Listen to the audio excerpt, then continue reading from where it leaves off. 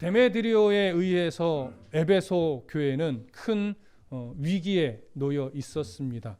하지만 그 데메드리오에 의한 소동은 교회의 큰 위기를 초래하지 않고 하나님에 의해 서기장을 사용하셔서 교회를 오히려 더 안정감 있게 만들어 주셨죠. 그렇게 소동은 큰 의미 없이 해산이 됐고 교회는 안정감을 찾을 수 있었습니다. 자, 이러한 상황을 바울이 바라보면서 바울은 무엇이라고 해석을 했냐면, 에베소 교회는 역시 하나님께서 지키시는구나. 에베소 교회는 역시 하나님께서 세워가시는구나. 앞으로 스포츠 대축제가 열려서 복음을 전하고 온 세계의 복음을 확장시키는 일에 나도 열심을 내야 되지만 하나님이 이제는 에베소 교회 성도들을 사용하기 원하시는구나. 이렇게 바울은 해석을 했어요. 그래서 자신이 더 남아서 복음을 전하는 일에 앞장을 서려 하다가 그 일은 에베소 교회 성도들에게 맡기고 자신은 본래 계획했던 대로 마게도냐 지역으로 가고 아가야 지방까지 가서 3차 전도 여행을 이제 마무리를 해야 되겠다, 이렇게 생각을 하게 되죠. 그러면서 이제 내가 곧 떠나 마게도냐로 가야 되겠다, 이렇게 결심을 합니다.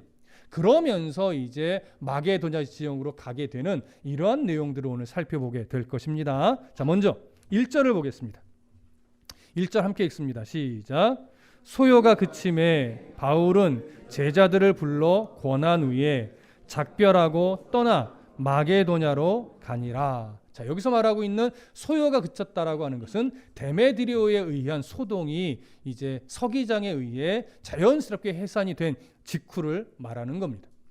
자, 바울은 그 소동이 끝난 이후에 에베소 교회 성도들을 다 불러 모았습니다. 그리고 주님의 마음으로 권면을 했죠. 어떤 내용으로 권면했는지 정확하게 알 수는 없으나 우리가 분명하게 추측할 수 있는 것은 데메드리오에 의한 소동이 그쳐서 또 서기장이 그래도 기독교 편을 들어줘서 기독교가 큰 위험에 노출되지 않고 나름 안정감을 가질 수 있게 되었지만, 사실 앞으로 어떤 어려움과 어떤 위험이 닥쳐올지는 알 수 없는 상황이에요. 이미 기독교를 대적하는 이들이 이미 생겨나 있는 것과 동일하기 때문에 어떤 상황이 닥치더라도 믿음을 잃지 말고 하나님을 의지함으로 모든 상황을 잘 견디어낼 수 있도록 바울은 권면했을 겁니다. 또한 그 용기를 가지고 곧 있을 스포츠 축제가 열렸을 때 세계의 모든 사람이 이 에베소로 몰려오거든 두려워하지 말고 담대하게 그들에게 복음을 전할 수 있도록 또 권면했을 겁니다. 이런 류의 내용을 가지고 정말 감사함으로 그들을 권면한 이후에 이제 아쉬움을 가지고 바울은 에베소를 떠납니다. 그리고 이제 북쪽으로 올라가서 마게도냐 지역으로 건너가게 되지요. 자, 오늘 사도행전은 그렇게 에베소를 떠나서 북쪽으로 올라가 바로 드로아에서 배를 타고 마게도냐의 빌립보로 넘어간 것처럼 기록되어 있으나 다른 성경을 보면 바울이 마게도냐로 바로 건너가기 전에 드로아에서 잠시 디도를 기다렸다라고 하는 내용이 기록되어 있습니다. 어디를 보시냐면 고린도 후서 2장 12절과 13절을 찾아보겠습니다. 오늘 성경을 좀 찾으셔야 됩니다. 고린도 후서 2장 12절과 13절 찾아보시기 바랍니다. 고린도 후서 2장 12절과 13절. 자, 찾으셨으면 저와 함께 읽겠습니다. 고린도 후서 2장 12절과 13절 함께 읽습니다. 시작. 내가 그리스도의 복음을 위하여 드로아의 이름에 주 안에서 문이 내게 열렸으되 내가 내 형제 디도를 만나지 못하므로 내 심령이 편하지 못하여 그들을 작별하고 마게도냐로 갔노라. 자, 여기 보시면 바울이 이제 에베소를 떠나서 마게도냐로 가려고 드로아에 갔어요. 그러니까 거기가 항구니까 거기서 이제 배를 탈 계획이죠. 드로아에 사실은 이미 복음이 전해져서 성도들이 좀 있었습니다. 그들과 교제하면서 오늘 고린도후서에 보니까 복음의 문이 열린 거예요. 그래서 그 복음을 더 열심히 전하려고는 마음을 품었는데 거기서 디도를 만나지 못함으로 마음이 너무 불편해서 복음을 전하지 못하고 디도를 기다리다가 결국 디도를 만나지 못하고 어디로 가요? 그제서야 마게도냐 지역으로 갔다라고 하는 기록이에요. 자, 왜 디도를 기다렸는가? 바울이 에베소에서 3년가량을 머물고 있을 때 소식이 하나 들려옵니다. 바울이 2차 전도 여행 때 복음을 전해서 교회가 세워졌던 고린도에 분란이 일어나서 시기와 다툼이 있다라고 하는 소식을 듣게 되면서 바울이 가슴이 너무 아팠어요. 왜냐하면 1년 6개월을 머물며 정말로 그 믿음으로 말씀으로 세운 교회였기 때문에 고린도에 대한 애정이 남달랐어요. 그래서 고린도에 분란이 일어났고 다툼이 있다는 소식에 바울이 너무나 가슴이 아파서 그 고린도에 편지를 씁니다. 그것이 고린도 전서예요. 그래서 이 편지를 디도 편에 이제 고린도로 보낸 거예요. 그래서 보내면서 아마 바울은 디도와 약속을 한 것 같아요. 네가 갔다 올 무렵이면 아마도 내가 에베소를 떠날 때쯤 될 것 같은데 요 어느 시기 정도 됐을 때 나와 이 드로아에서 만나자 이렇게 약속을 했던 것으로 여겨집니다. 그래서 고린도가 지금 이 바울의 편지를 받고 과연 그 다툼이 그 분쟁이 해결됐을까 이것을 너무너무 기다렸던 거예요. 그러니까 해결돼서 고린도 교회가 다시 화합되고 화목되고 하나가 됐다는 소식을 기다렸던 것이죠. 그래서 그 기대를 가지고 드로아에서 이제 디도를 기다리는데 디도가 안 오는 거예요. 이 정도면 우리가 만날 때가 됐는데 안 오는 거예요. 그러니까 마음이 어떻게 돼요? 뭔가 초조하고 불안하고 고린도 교회가 문제가 더 심각해졌나 아닌가 막 이런 생각에 사로잡혀서 복음의 문이 열렸음에도 불구하고 바울이 거기서 복음을 전하지 못한 거예요. 뭔가 바울의 이 3차 전도여행쯤 됐는데 뭔가 자신의 계획대로 잘 흘러가는 모습도 있고 뭔가 잘 흘러가지 않는 모습도 있고 막 그런 모습들이 이제 드러나는 거예요. 바울이 그런 안타까움으로 디도를 기다리다가 결국 더 기다리지 못하고 마게도냐 지역으로 건너갑니다. 배를 타고. 그러니까 빌립보 북쪽으로 건너간 거죠. 아마 가서 마게도냐 지역에 세워진 교회들을 방문할 때쯤 어디선가 디도를 만날 수 있겠지 이런 기대감을 가지고 마게도냐 지역으로 건너간 겁니다. 자, 그렇게 해서 마게도냐 지역으로 건너간 다음에 2절을 보시죠. 다시 오늘 본문으로 돌아오셔서 사도행전 20장 2절 함께 읽습니다. 시작. 그 지방으로 다녀가며 여러 말로 제자들에게 권하고 헬라에 이르러. 자, 여기서 말하는 그 지방으로 다녀가며 여러 말로 권했다라고 하는 것이 마게도냐 지경에 세워진 교회들을 방문해서 말씀으로 위로하고 격려하고 또 그들의 신앙에 따라서 필요한 말씀들을 전해주면서 믿음을 세워주었다는 이야기예요. 그러면 마게도냐 지역에 세워진 대표적인 세 지역의 교회가 어디예요? 처음에 건너가자마자 만나는 빌립보, 서쪽으로 에그나티아 대로를 따라 가다가 중간에 만나는 데살로니가, 그 다음에 에그나티아 대로를 가다가 그 도로사에서 조금 벗어나서 남쪽으로 내려가서 베레아. 요 세 지역에 세워진 여러 교회들이에요. 이 교회들을 방문해서 위로하고 격려하고 말씀으로 권면하며 믿음을 더 견고하게 세워주고 있었다라고 하는 것이죠. 자, 어디선가 디도를 만났는지는 잘 모르겠습니다. 아직 성경이 그것을 드러내고 있지 않아서 디도를 만났는지는 알 수 없으나 계속 교회들을 방문하고 있는데, 자, 오늘 사도행전에서는 이 세 지역만 다닌 것처럼 좀 이렇게 뭉퉁거려서 표현이 되어 있지만 로마서를 보면요, 아마도 일루리곤이라고 하는 지역까지 간 것 같아요. 성경 한 번 더 찾아볼까요? 로마서 15장 19절 가봅니다. 사도행전 다음에 나오는 로마서 15장 19절. 로마서 15장 19절 함께 읽습니다. 자, 찾으셨으면 함께 읽습니다. 로마서 15장 19절 시작. 표적과 기사의 능력으로 성령의 능력으로 이루어졌으며 그리하여 내가 예루살렘으로부터 두루 행하여 일루리곤까지 그리스도의 복음을 편만하게 전하였노라. 아멘. 지금 이 19절의 내용이 3차 전도 여행의 과정을 좀 압축해서 설명한 거예요. 그래서 에베소를 떠나 그 다음에 마게도냐 지역으로 건너가서 빌립보, 데살로니가, 베레아를 거쳐서 어디까지 갔다라고 얘기하냐면 일루리곤까지 갔다라고 하는데 일루리곤이 어디냐? 여러분 지도를 보시면, 자, 지도를 따라 보세요. 에베소에서 약간 북쪽에 들어가 있죠. 거기서 배를 타고 조금 더 북쪽으로 건너가서 마게도냐 지역의 첫 지역 빌립보가 보이죠. 빌립보에서 왼 서쪽으로 조금 더 가면 중간에 데살로니가가 보여요. 데살로니가에서 서쪽으로 좀 가다가 남쪽으로 좀 내려오면 베레아가 있죠. 그 베레아에서 이제 북쪽으로 쭉 올라가면 서쪽 끝에 바닷가 근처에 뭐가 있어요? 일루리곤이라는 지역이 있죠. 여기는 바울이 복음을 전했던 곳이 아니에요. 그런데도 왜 바울이 이곳까지 갔을까? 학자들은 크게 두 가지 견해를 제시하는데 이곳에 새롭게 복음을 전하기 위해서 갔을 것이다 이렇게 말하기도 하고, 또 하나의 견해는 이미 복음이 데살로니가, 베레아, 빌립보 이런 지역에 전해졌을 때 이 지역의 제자들이 복음을 일루리곤까지 가서 전했는데 그 일루리곤의 복음이 받아들여지고 교회가 세워졌기 때문에 바울이 그 지역의 교회 성도들을 만나서 위로하고 격려하고 말씀으로 믿음을 더 견고하게 세워주기 위해 너무나 기쁜 나머지 거기까지 간 것이다 이렇게 봅니다. 저는 어느 견해 쪽에 약간 무게를 두냐면 후자 쪽에 좀 무게중심을 둬요.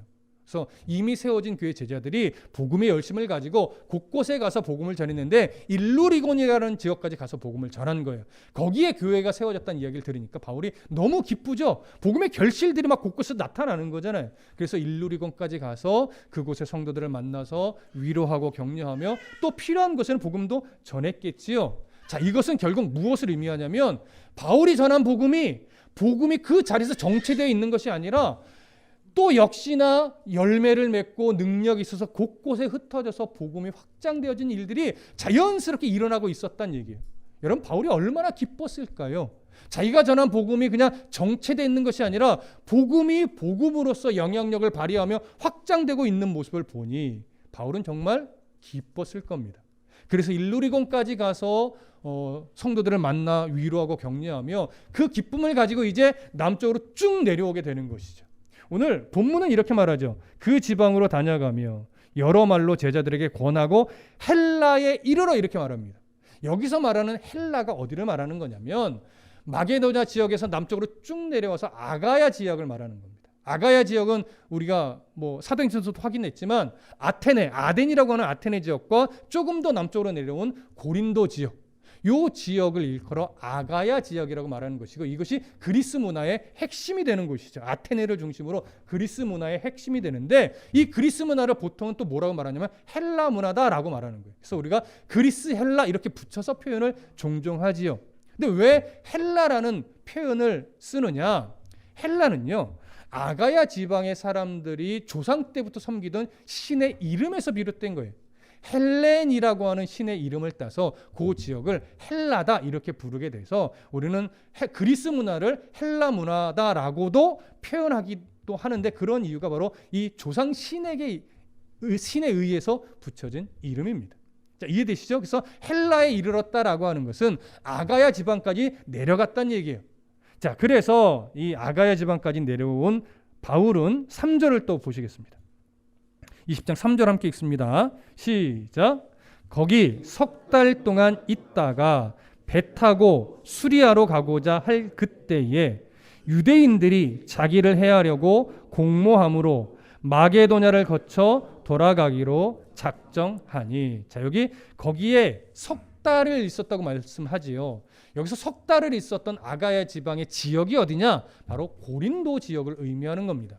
고린도에서 3개월을 머물렀는데 생각해 보시죠. 왜 고린도에서 굳이 3개월을 머무른 걸까요? 다른 지역은 다 거쳐 그냥 이렇게 지나쳐서 위로하고 권면하고 다 이동해 왔는데 고린도에서는 3개월을 있었어요. 물론 애정이 특별했기 때문에 3개월을 머물렀을 수 있지만 고린도전서 16장에 가보면 그 이유를 설명합니다. 자, 또 찾아볼까요? 고린도전서 16장 5절과 6절을 보시죠. 로마서 다음에 고린도전서 16장 5절과 6절. 고린도전서 16장 5절과 6절을 읽습니다. 자, 함께 읽겠습니다. 고린도전서 16장 5절과 6절. 디도편에 보냈던 고린도전서입니다. 에베소에서 쓴 편지죠. 함께 읽습니다. 시작. 내가 마게도냐를 지날 터이니 마게도냐를 지난 후에 너희에게 가서 혹 너희와 함께 머물며 겨울을 지낼 듯도 하니 이는 너희가 나를 내가 갈 곳으로 보내어 주게 하려 함이라. 아멘. 바울이 에베소에서 고린도 전서를 쓰면서 내가 곧 마게도냐를 거쳐서 너희에게까지 아마 갈 예정인데 아마도 시기적으로 보니까 너희 고린도까지 가면 내가 겨울을 거기서 만나게 될 것 같다. 그래서 겨울을 고린도에서 보내게 될 것 같다. 이 얘기를 하는 거예요. 그러니까 왜 겨울인데 3개월이냐? 당시 겨울에는요 항해를 할 수가 없기 때문에 배가 출항을 안 해요. 그래서 봄이 돼야 배가 출항을 하게 돼서 겨울을 나는데 한 3개월. 그래서 봄이 올 때까지 고린도에 있기로 있을 예정이다. 이 얘기를 하는 거예요. 그래서 봄이 되면 너희들이 나를 예루살렘 그 수리아 지역까지 나를 보내어 줘라. 이렇게 부탁을 하게 되는 것이죠. 자, 그런 이유로 이제 고린도에서 3개월을 머물게 됐고 3개월이 지나서 이제 드디어 예루살렘으로 가서 선교 보고를 하고 수리아의 안디옥에 가서 이제 자기가 파송한 교회니까 거기로 돌아갈 작정을 합니다. 그런데 여기서 문제가 하나 생겨요. 무슨 문제냐? 3절 다시 볼까요? 본문 20장 3절 다시 읽어보겠습니다. 시작. 거기 석 달 동안 있다가 배 타고 수리아로 가고자 할 그때에 유대인들이 자기를 해하려고 공모함으로 마게도냐를 거쳐 돌아가기로 작정하니. 자, 여기 보니까 누가 바울을 죽이려고 공모해요? 유대인들. 이 유대인들이 누굴까요? 2차 전도 여행 때 고린도에서 1년 6개월을 머무는데 유대인이 이제 바울을 대적하고 나와서 갈리오가 아시아의 총독, 이 고린도 아가야 지역의 총독으로 부임했을 때 이때를 빌미삼아 바울을 법정에 고발을 했죠. 하지만 갈리오가 어떻게 판단을 내렸어요? 이것은 로마 법정에서 해결할 문제가 아니다. 지금 바울의 이 문제는 너희들의 문제지 로마 법정에서 해결할 문제가 아니라면서 그것을 파기시켜버렸어요. 해산시켜버렸어요. 그러면서 사실은 고린도에서 기독교가 불법적인 종교가 아닌 것처럼 돼버린 거예요. 그래서 한동안 고린도 안에서 기독교는 크게 어려움을 겪지는 않았습니다. 그러니까 유대인들은 그 고소가 기각이 되자 마음이 너무 불편하고 싫어요. 바울이 더 미워요. 근데 이제 바울은 이제 떠나갔다가 다시 왔잖아요. 어떻게 하면 이 미운 바울을 죽일까 고민을 했던 거죠. 근데 이제 생각해 보세요. 그렇게 미운 바울이 고린도에 3개월 있었잖아요. 그럼 3개월 동안 얼마든지 바울을 해할 수 있는 기회가 있었을 텐데 그때는 해하지 않고 바울이 배를 타고 수리아로 가려고 할 때 해하려고 계획을 세웠던 거예요. 여러분 왜 3개월 머물 때는 그 일을 추진하지 않았을까요? 그것은 갈리오 총독의 성향 때문이지. 갈리오 총독은 그 재판 때도 드러났듯이 아주 냉정하고 정확하게 옳은 것에 대한 옳은 것을 선택할 줄 아는 나름 그런 신념이 있었던 사람으로 여겨져요. 그러니까 갈리오 총독이 이미 바울에 대해서 기독교에 대해서 불법적인 것이 아니라고 판결을 내렸기 때문에 이 고린도에서 함부로 바울을 죽였다가는 유대인들이 갈리오 총독에게 어떤 일을 당할지 알 수가 없는 거예요. 그래서 고린도에 있을 동안은 어떻게 하지 못하다가 그가 배를 타고 간다고 하니까 그 배에 몰래 함께 타서 항해 중에 바울을 해하려고 작정했던 것으로 여겨집니다. 그러면 갈리오 총독의 영향력에서 벗어나니까 얼마든지 바울을 죽이고 자신들은 다시 되돌아오면 된다 이렇게 여겼던 거죠. 근데 바울이 이 사실을 알게 된 거예요. 그래서 배를 타고 바로 그냥 수리아 지역으로 이스라엘로 돌아가려고 하다가 그 계획을 바꿔서 다시 돌아왔던 길을 거꾸로 걸어 올라가요. 얼마나 오래 돌아야 되겠습니까? 배 타고 한 번에 가면 될 것을 다시 걸어서 북쪽으로 올라가 마게도자 지역을 다시 거꾸로 걸어가서 빌립보에서 배 타고 드로로 다시 건너가서 에베소 지역을 거쳐서 또 뭐 배를 타든지 걷든지 해서 이스라엘까지 가야 되니 시간도 소비되고 체력도 고갈되고 엄청 힘든 여정을 다시 되짚어 가게 생긴 거예요. 근데 바울은 그렇게 가기로 결정을 하죠. 자, 그러면 바울이 이 고린도에서 이 유대인들이 자기를 해하려고 지금 말하자면 그 공모를 하고 있다는 거 어떻게 알았을까요? 어떤 사람을 통해서 알았을 가능성도 있는데 이제 성경의 여러 사본 중에 정경으로 선택하기 어렵지만 배자 사본이라는 사본이 있어요. 좀 권위에 있어서 약간 떨어지는 사본이긴 한데 그 사본에 보면 무슨 말이 요 구절에 첨가가 하나 돼 있냐면 성령이 그에게 이런 표현이 삽입돼 있어요. 그러니까 이걸 뭐 정교로 인정하기는 좀 어려워도 나름 가능성이 있다라고 여긴다면 바울에게 유대인의 공모 사실을 알려준 이는 바로 성령이다라고도 볼 수 있습니다. 충분히 가능성이 있지요.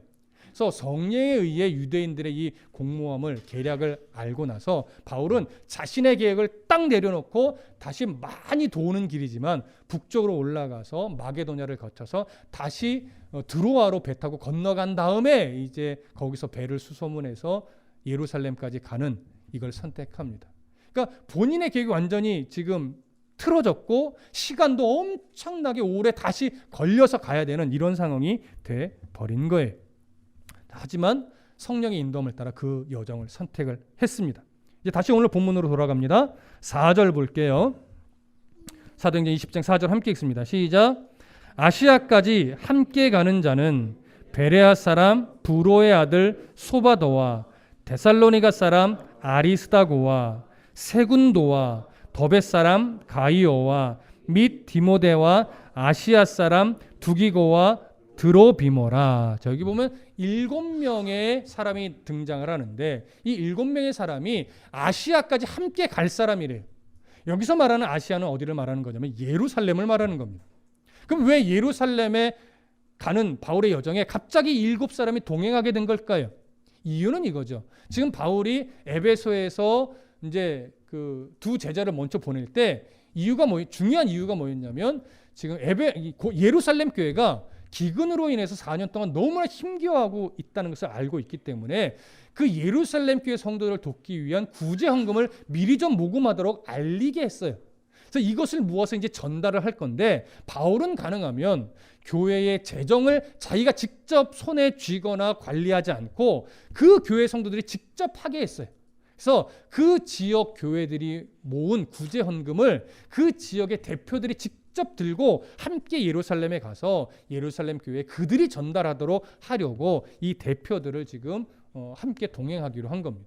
그래서 오늘 여기서 언급된 처음에 세 사람 소바도, 아리스다고, 세군도는 마게도냐 지역 교회의 대표들로 여겨지고 두 번째 나온 가이오와 디모데 두 사람은 소아시아 지역의 갈라디아 지역을 대표하는 대표들이고 그다음에 세 번째로 언급된 두기보와 드로비모는 아시아 지역을 대표한다고 하는데 이 아시아 지역은 어디를 말하는 거냐면 에베소와 골로새가 있는 그 우리가 아는 소아시아 지역 왼편의 쪽을 아시아로 보는 겁니다. 그래서 그 지역의 교회들을 대표하는 이들입니다. 그래서 마게도냐와 아시아와 갈라디아 지역의 교회들을 대표해서 이들이 모아진 구제 헌금을 들고 바울과 함께 예루살렘으로 가서 이제 전달을 하기 위해서 오늘 함께 동행하게 하기로 결정을 한 겁니다. 근데 이들의 동행이 언제부터 어디서 동행을 하는 것인지는 정확하게 알 수가 없어요. 뭐 고린도까지 함께 왔다가 고린도에서 여정을 같이 간 건지 아니면 바울이 고린도 왔다가 마게도냐 지역을 거쳐 돌아가는 그 길에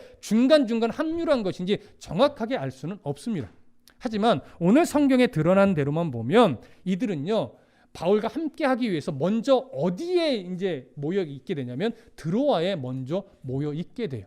자, 그 내용이 5절과 6절입니다. 자, 5절과 6절 함께 읽겠습니다. 시작. 그들은 먼저 가서 드로아에서 우리를 기다리더라.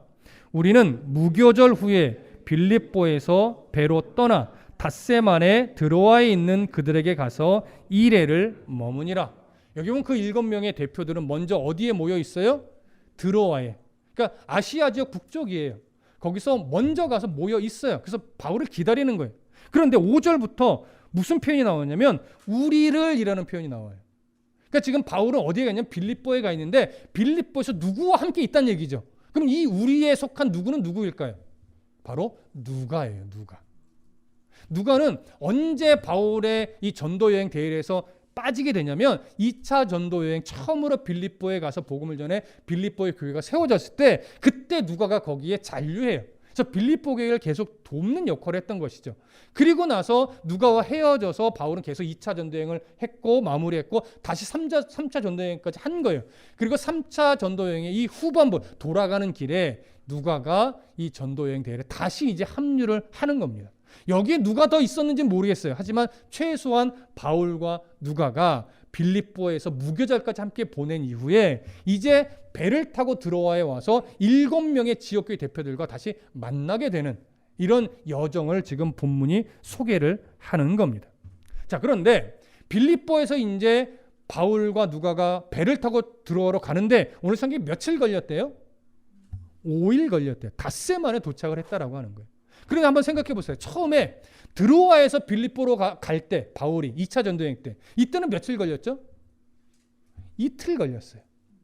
그러니까 드로아에서 빌립보로 갈 때는 이틀 걸렸는데 거꾸로 빌립보에서 드로아로 지금 갈 때는 5일이 걸린 거예요.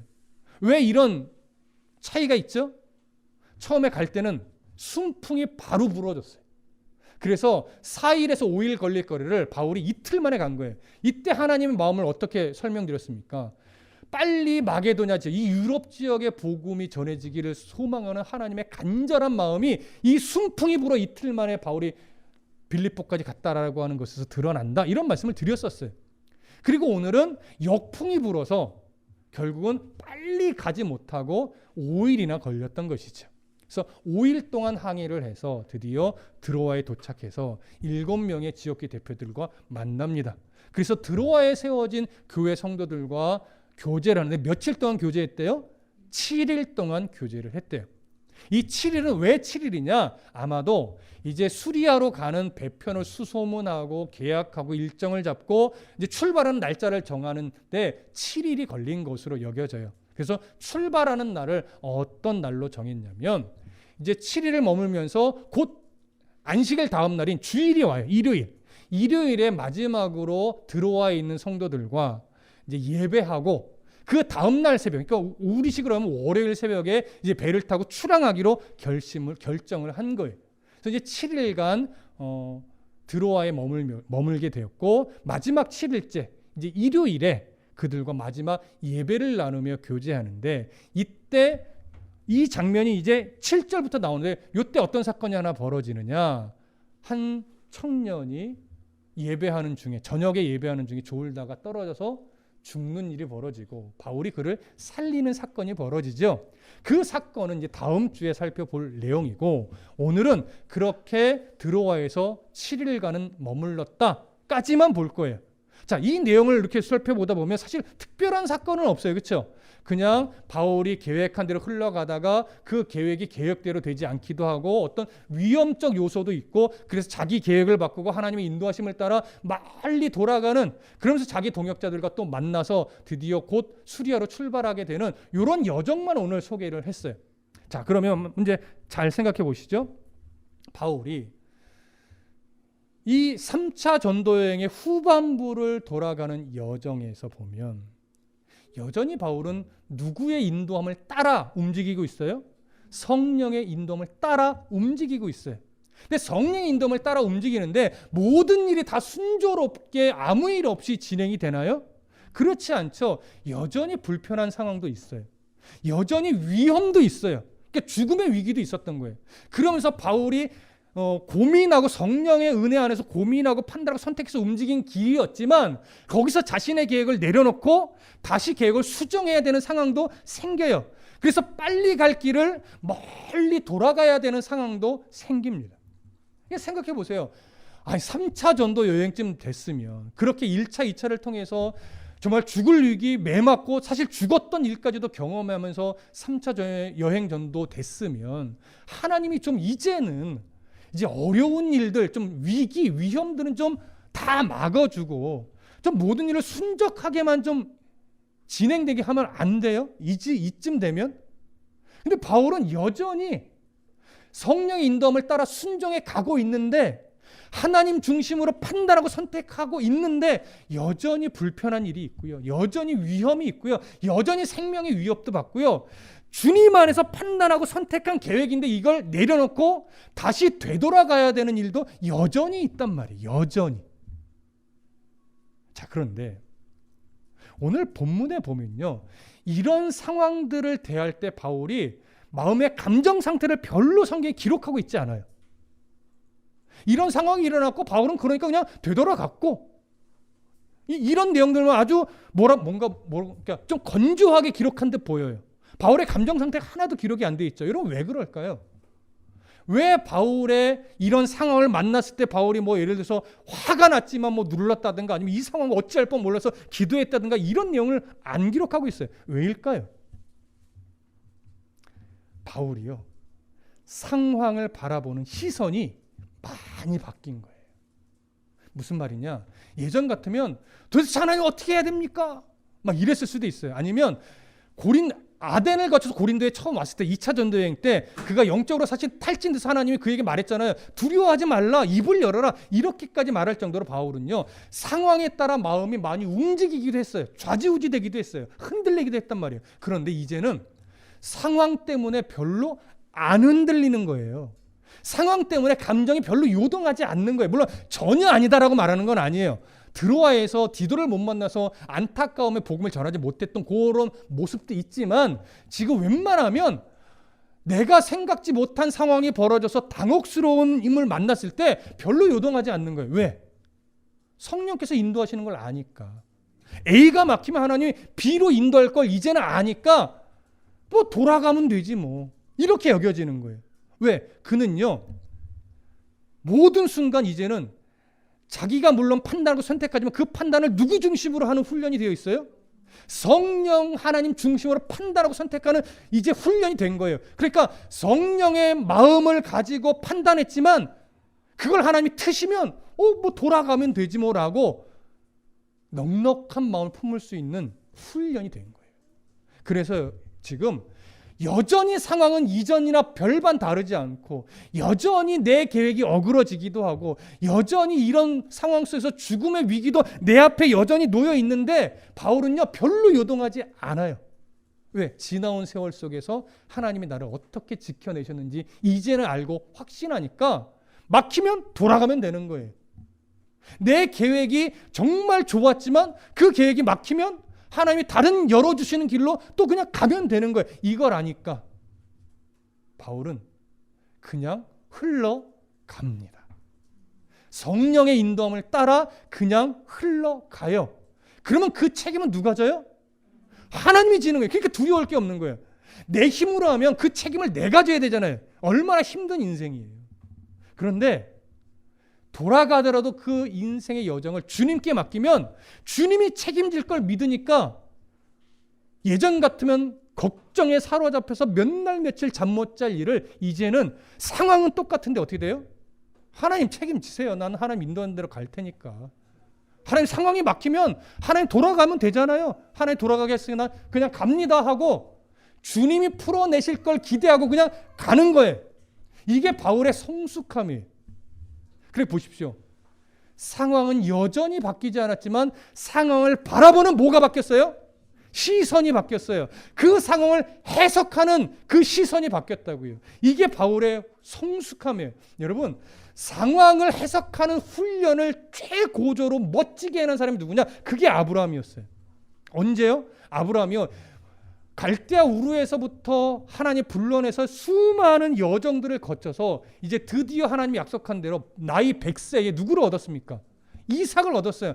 야, 이제는 모든 것이 끝났구나 됐을 무렵에 하나님 말도 안 되는 요구를 하죠. 무슨 요구예요? 네 아들 독자 이삭을 모리아에서 산 제물로 바쳐라. 쉽게 얘기하면 네 아들을 내 제물로 가서 죽여라, 이 얘기예요. 여러분, 이게 이해가 되겠습니까? 저 같으면 하나님 정신 나가셨어요? 말도 안 되는 표현이지만 제가 이렇게 한다는 얘기 아니에요.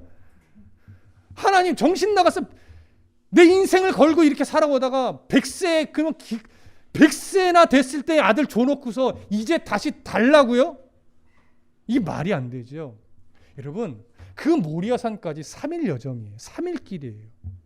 3일 길을 가는 동안 바울이 믿음으로 감사하며 이삭을 데리고 갔을까요?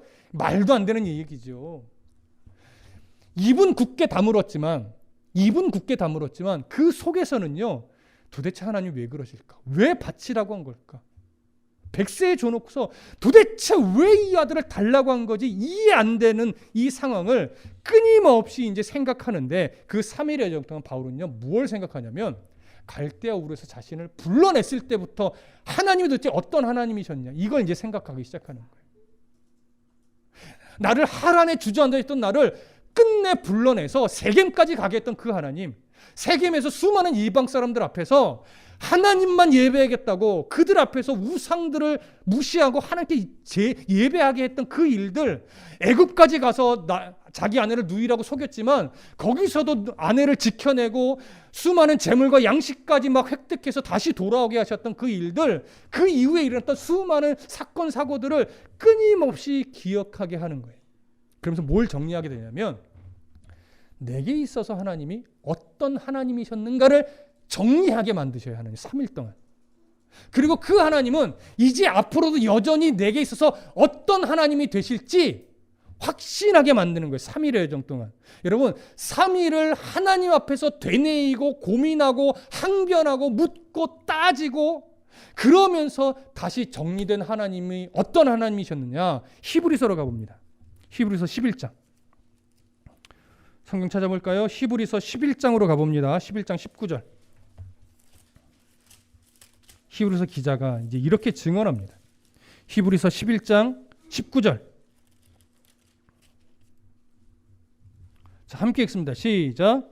그가 하나님이 능히 이삭을 죽은 자 가운데서 다시 살리실 줄로 생각한지라 비유컨대 그를 죽은 자 가운데서 도로 받은 것이니라. 자, 보세요. 이 아브라함이 그 3일의 여정 끄트머리에 최종적으로 정리한 하나님은 어떤 하나님이었냐면 이삭을 죽은 자 가운데서 다시 살리실 수 있는 전능하신 하나님이다. 이렇게 정리해낸 거예요. 자, 이게 무슨 말이냐? 보세요. 하나님이 아브라함을 불러내서 언약을 주실 때 그 언약은 자손을 번성케 하겠다는 약속이었어요. 그런데 지금 아들은 누구밖에 없어요? 이삭 한 사람밖에 없어요. 그럼 하나님이 그 약속을 흐리시는 거냐고요? 버리시는 거냐고요? 파기하는 거냐고요? 아니죠. 아브라함이 정리한 하나님은요, 언약에 신실하신 분이셨어요. 그렇다면 분명 이삭을 통한 후손을 번성케 해주시겠다고 약속했다면 하나님이 지금 이삭을 바치라고 할 때 이삭을 죽은 채로 내버려 둘 리는 없다. 왜? 언약을 지켜내셔야 하니까.